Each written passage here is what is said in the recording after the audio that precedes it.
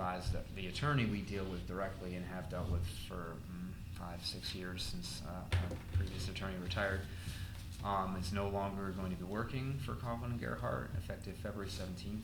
He's moving to a different firm, Bond, Schoenig and King.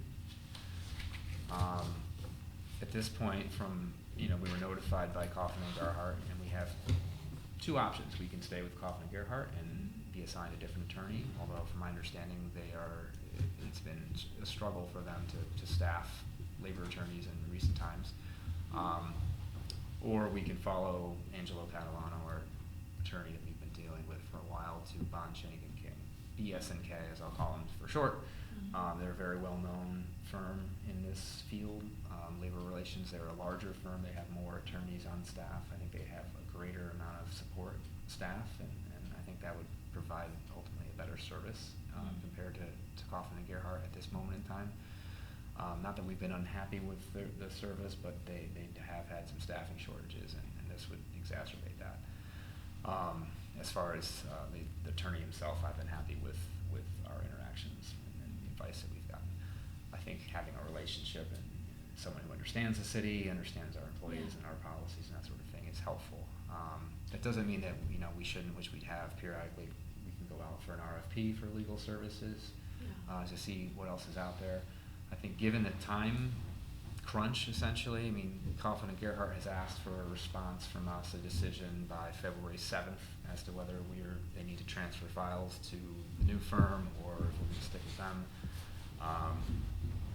Given that and other workload demands, I wouldn't recommend doing an RFP at this time. I would recommend the council authorize us to go into a contract. How much is the contract? So our current contract with Coughlin and Gerhardt is outlined. If you look under the second, it says contract amount. So 2025, we have a retainer fee of $1,700 monthly. And then anything that's not included in the retainer, non-retainer fees, other issues that come up that we ask them to work on or build at hourly rate.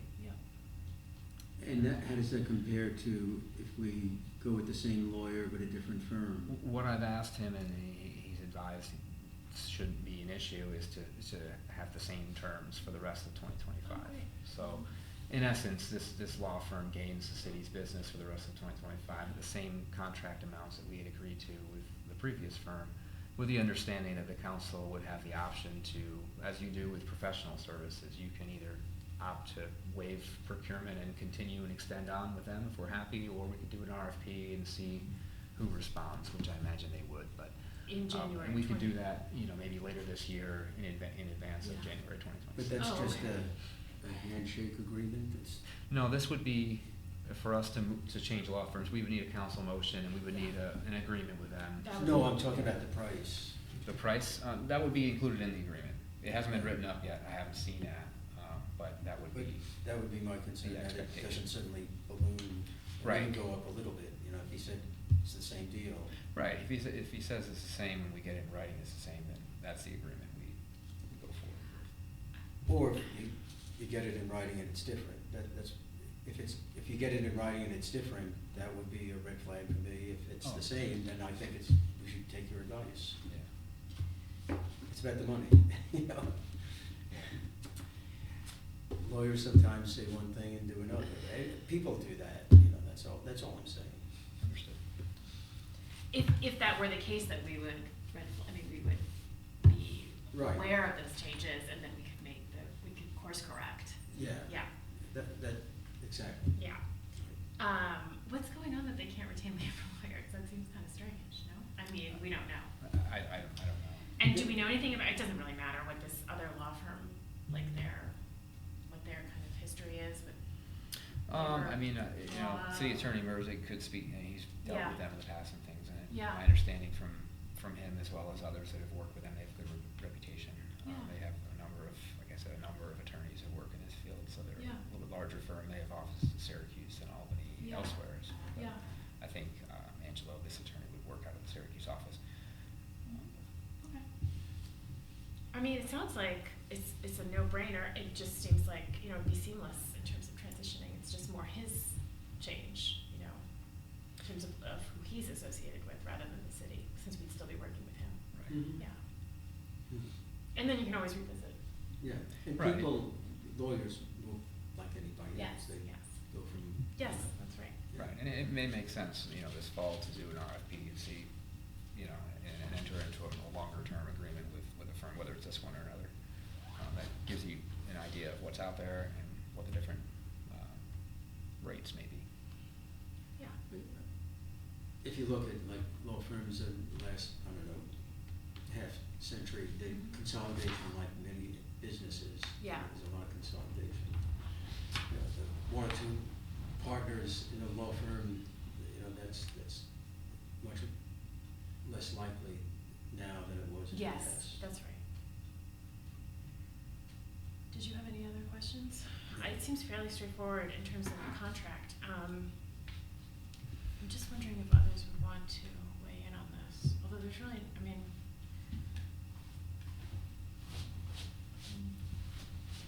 Well, didn't you say that Scott was gonna pull everything? Well, I don't know, I mean, he implied that he might pull things from the consent agenda because he hadn't had a chance to review it. So if there's any question, you could always put it on the discussion agenda. I'm just wondering if, So you're a lawyer in training, aren't you? I'm not yet. Oh. I just play one on TV. So I think we should, I think given that we've had already a discussion about this, perhaps people would want to see this, just to kind of keep tabs on this lawyer, Catalano. I don't know. I have down discussion agenda, but I'm open. If you Yeah, think it's let's better do to that. move it That's to. fine. I Okay. agree. All right. Okay. And now we have the, Donation getting the acceptance. free money. Yes. How much is it? $1,000 Oh. anonymous donation to be restricted for the use by the fire department. It's not any particular use, it's whatever use is determined best for the department. This is for the summer picnic? Wouldn't be for that. I think we could move that, just accept it and move it to the consent agenda. Sure. And then the last was the Tyler Technology. Right. So I just.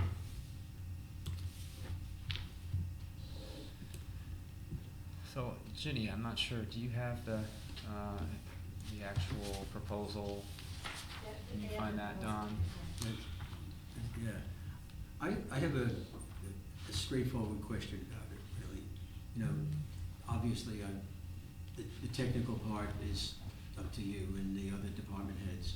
But I would like to see a cost-benefit analysis, because I understand more efficiency is very valuable for the city, but then this is not a cheap piece of software to buy, plus it's gonna take a long time to implement, and there's potential issues to deal with down the road with it. So is there a simple way of getting a cost-benefit analysis? Well, Greg and I's thought tonight was to present to you on council the proposal, but not bring it to you on Tuesday for approval. Oh. The reason being is that we would like to study Yeah. all of the terms Yeah. and items that are listed in the proposal. Yeah.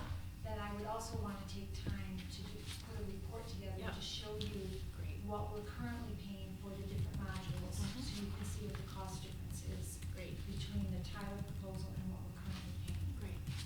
I would recommend when you do this, make it a very brief summary, but clear. Here's what we get now and what it costs, and here's what this would do for us, and here's the benefit. Yeah. And some potential problems. But if you could put that all in a very brief document, I think that would be the most helpful thing. Because, I don't know, even if I read all of this, I probably wouldn't understand a lot of it. Well, the reason it's so detailed is we asked them for a scope of work, for each module, and that is what they're trying to provide. So those who want the details, have them. Yeah. And then for those who don't, can just read the quick summary in the beginning. Yep. But no, I plan on I wanted to have it done for tonight, and I just didn't make it. Understood, yeah, because these kinds of things, I don't think it's really the council's job to get down into the weeds. It's to, will this benefit the city long-term? Short-term, will it be a problem? Will it be more than we can afford? That kind of thing. Those are questions I have. And if I read the contract, I wouldn't know the answers to those questions.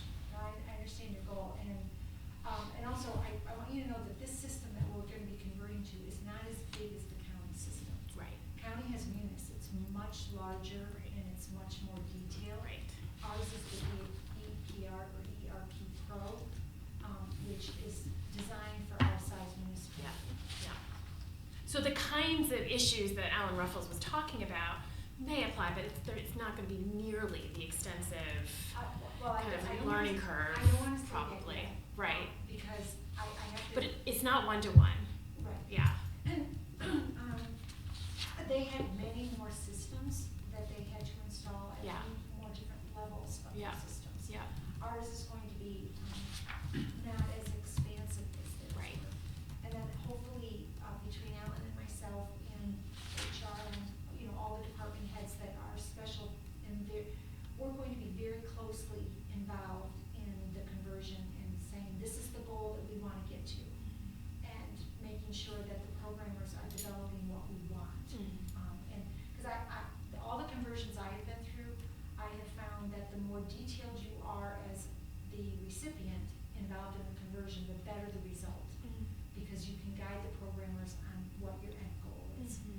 And that's what I've experienced. As opposed to having them set up for you and then Yes. you learning, Yes. so there's more engagement, yeah, that works Because- best. Yes, because if you guide the programmers to the product that you want, they will program it accordingly. Uh-huh. Hopefully. Yeah.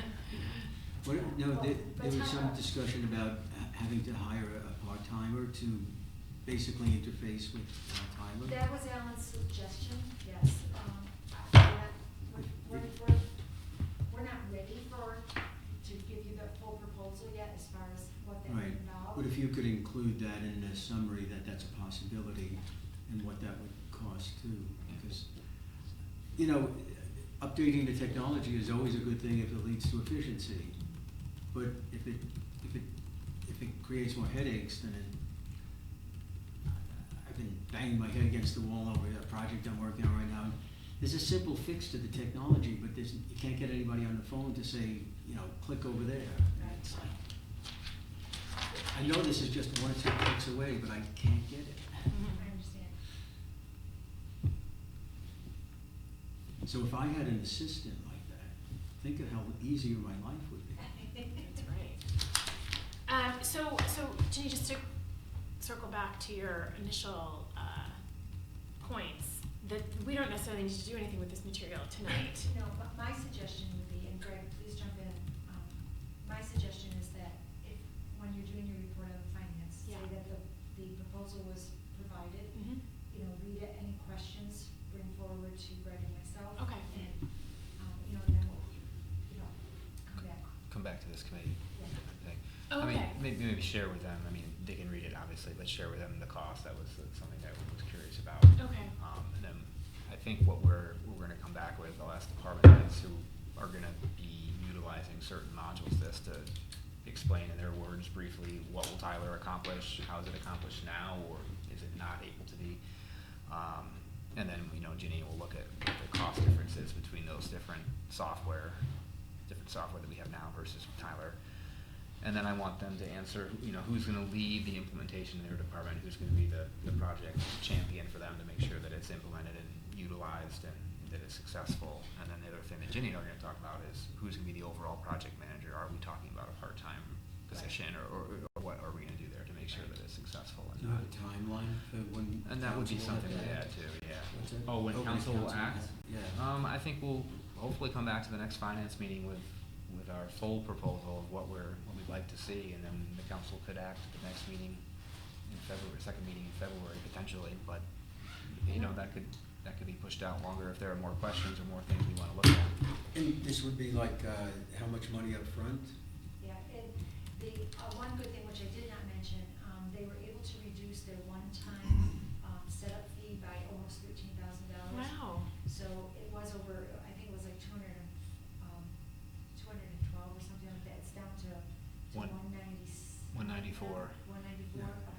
think you had something, my recollection was 207. It's 207, okay, so Something now like it's down that. to 194, you said? So it's roughly $200,000, and we would have to, it would be this year. It would be this year, yes. So if we go forward with this, it would be an expense between the, all of the different funds, but the bulk of it between general water and sewer. And I haven't separated out those cost yet, because I need to study the proposal, figure out what affects each department in each fund. Okay. And it'd be a multi-year project. It would probably range between, their suggestion, their guidance, because they have done this many times, and Yeah. they actually have I wanna say 2 to 3 clients out in western New York that they are converting from KVS right now. So they're very experienced with the financial conversion, but they're saying 18 months to 1 year, Mhm. so, you know, That's pretty quick. yeah. Or I should say 1 year. to 12 to 18 months, yeah. 12 to 18 months, yeah. Okay.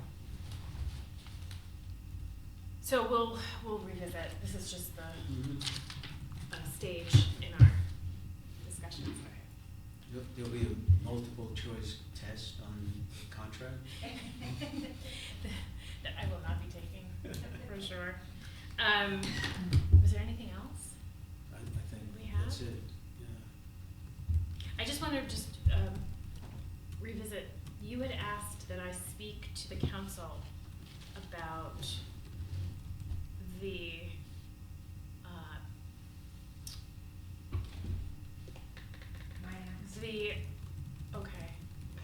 about the vehicle, that's we're gonna have a discussion about, and then you asked me to speak about the emergency hazardous materials with the council, and then, Just give it and then, short. right, and then the Tyler, and then what, there was wasn't there a third? Mayax. Okay, that's, okay. Mm-hmm. Yep. Yeah. Right. Okay. Just wanted to make sure I got those three. Yeah, and it doesn't have to, Oh, no, no. I try to keep those reports quite short. Those are usually it's usually my objective. Well, if there's nothing else on the No, I think docket, we then covered we it, can- this went well. Yeah, So, on the fly. All right, well, thank you all. I'm gonna adjourn